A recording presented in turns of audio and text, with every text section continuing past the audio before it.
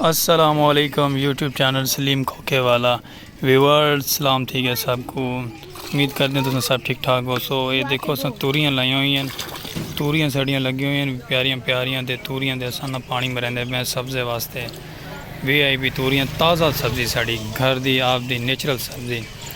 Viewer भी है तुम सुनाओ सब ठीक ठाक हो ना, तबीयत सेहत थोड़ी ठीक है ना। ये साड़ा अज का मज़ेदार व्लॉग VIP। ये साड़ा पड़ोसी है, पड़ोसी भाई ने तूरियां लाई हुई हैं तो वह पानी में रहंदा पे तूरियां दे। व्यूअर देखो ये नेचुरल सब्ज़ी है, बहुत प्यारी और खूबसूरत हैंडसम सब्ज़ी। तूरियां देते पे माशाल्लाह बहुत दूर तक उतों तक वाला साड़ियाँ चढ़ियां हुई तूरियां दियाँ। बाकी ये इंशाल्लाह अस पानी में रहंदे पे गल पानी में रहंदे पे गर्मी है ना यार व्यूअर, गर्मी की वजह तो ना करके ना खुश्क थी वजन वाला वाल इस गल ना अस पानी मारेंदे पे। ये साढ़े छोटे छोटे व्यूअर हैं तो पानी में रहंदे पे सब्ज़ी को, क्योंकि सब्ज़ी साड़ी बिल्कुल पानी मारन ना हरी भरी थी वेंदी है, एक अच्छी थी वेंदी है। ये रोड है साढ़े नाल इंगल अस रोड के उत्ते तूरियां लाई हुई हैं नाल घर की भी खूबसूरती थी वेंदी है, प्यारा फील थींदे। अच्छा ये देसी सब्ज़ी है साड़ी तूरियां दी।